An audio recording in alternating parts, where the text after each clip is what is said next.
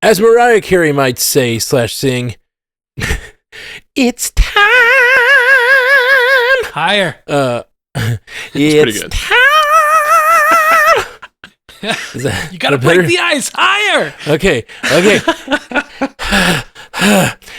It's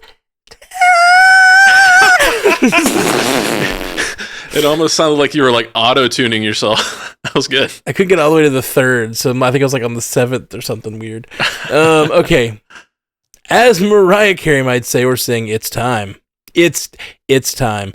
Our first award season nominations are here, with the 2025 Golden Globe noms having been released this week. Smaller films took the lead on nominations, with Emilia Pérez receiving 10 nominations, followed by The Brutalist, Conclave, and The Substance. In television, The Bear takes top place at 5 nominations, and yes, it's still listed in the comedy category, while Only Murders in the Building and Shogun each have 4 noms.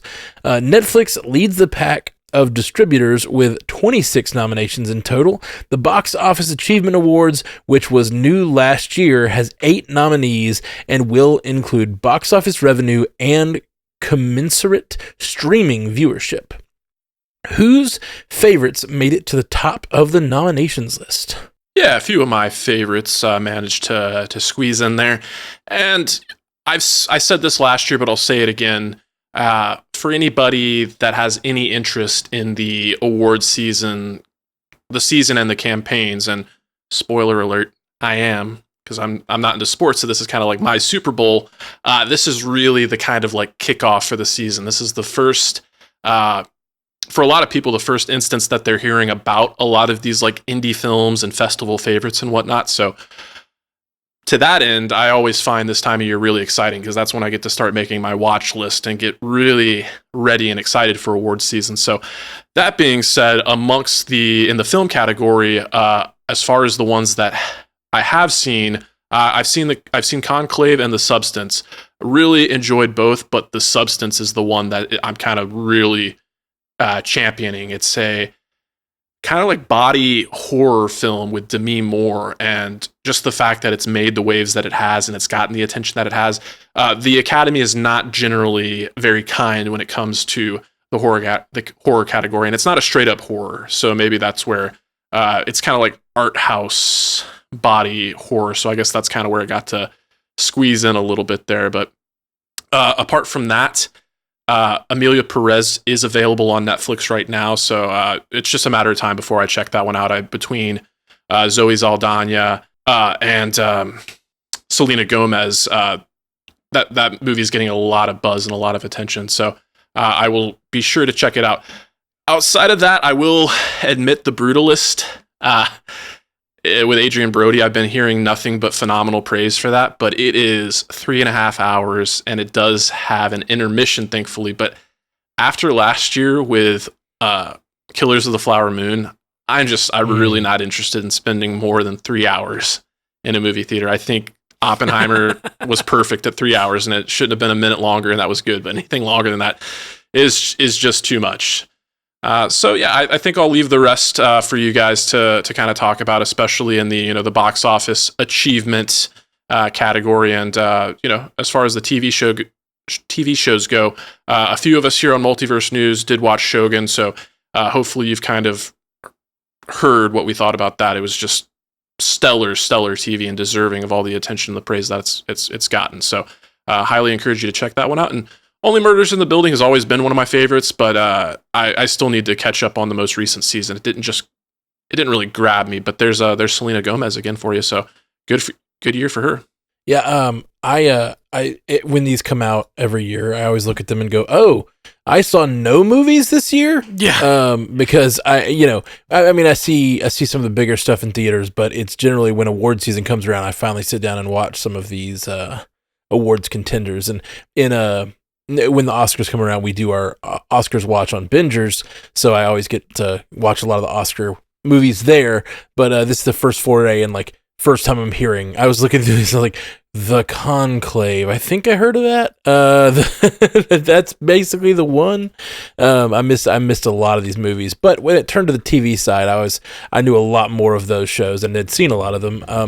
I really hope Hacks beats The Bear, even though I think The Bear is a better show. I am annoyed at the comedy thing. I am because like I think those two shows are a weird example of like the comedy category. We've talked about it here on the show before, so I was kind of shorthanding it, but the idea that The Bear is a comedy is a stretch. And Hacks is a show that is a comedy with some drama. And The Bear is a drama with some comedy, and it's very clear that that's the case. And I get annoyed by The Bear being in the comedy category, and I think it could win the drama category. So I'm just kind of annoyed by that whole thing, and I feel like Hacks beat it for a couple things last year, and I hope that trend continues. Although there's a number of places where those two shows are against each other because they're both in the comedy category, and I'm generally voting for Hacks or rooting for Hacks. But in the I believe it's the female lead role, you got Ayo Edebiri from the Bear, Jean Smart from Hacks, but then Catherine Hahn from Agatha is in there, and it's a best comedy or musical. So I think she killed it in that, and I'm really wanting to see Catherine Hahn take that one. So The Penguin did really well in a number of categories. Right, good call. Yeah, best television limited series. I think it could take that, which this show is very based in the genre comic book movie vibe, and I think that it has a good chance. It has a really good chance. And Kristen Milioti also, for her role in that, she also got best performance by a female actor in a limited series. So I think they both could take those away. Yeah. So that's pretty much it. I don't know. I kept Shrinking got a ton of nominations, and I hate to say it, as much as I love Shrinking, it got a lot of acting noms, and I love the show. I love it, but I don't think any of those actors are why that show is wonderful. They're good, they're serviceable, but it's just like not. Like it is written well and it's paced well, and like I just think most of the actors, maybe Harrison Ford as best supporting actor, I could go for in Shrinking. Okay, but I feel like Shrinking's not going to go home with many from this. Well, hopefully, just the buzz is enough to get it some attention, and maybe I think it's already got a third season on the way, but maybe a fourth season if that's something the creators are interested in doing. Speaking of things that should get a little of attention, Ted Danson was nominated for best performance by an actor in a musical or comedy for Man on the Inside. Okay. And I've just recently been watching that, and it's really fun. I was looking at that category, and it sucks because I look at it and I'm like, I think The Bear is going to win that one because I think it's by far the best performance, but I'm annoyed that it's in that category. When I was scrolling through at one point and kind of just hovered on A Man on the Inside for a little bit, and it played the trailer, or whatever you would want to call it for that. I was watching that and just died laughing so many times because Ted Danson was just so funny.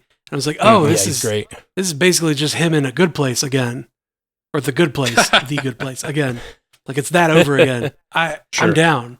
I'm so down because The Good Place was so good. Yeah, the characters are not drastically different, but I think that the show is really well done and like weirdly tackles a part of society. It's about him. If you don't know, it's about him signing up to do an investigation of an old folks' home, and he goes into the old folks' home as an investigator, but like he's living in an old folks' home for the first time. So it's like about that transition of life and dealing with the death of the people around you and stuff like that. So it's got some heavy themes, but it's mostly just a really fun comedy. Okay, yeah. I knew nothing about it outside the fact that it was on Netflix. It's from Michael Schur, has Ted Danson and Stephanie Beatrice. So nice reunion from Brooklyn Nine-Nine, The Good Place, some of the other shows he's worked on. Yeah. So yeah, I'll definitely check it out. But I will say, if all this awards talk has piqued your interest, we definitely have to mention that you can watch the actual ceremony January 5th on CBS. Nikki Glaser is going to host, who got a nomination for a best performance in a stand-up or comedy special herself. Yeah, that's right. Nice. Interesting. Interesting to be a host and nominated at the same time. Conflict of interest. I don't think it's probably the best one of the year, but I just love Seth Meyers so much. So his, I think it's Dad Man Walking, I think was his stand-up special.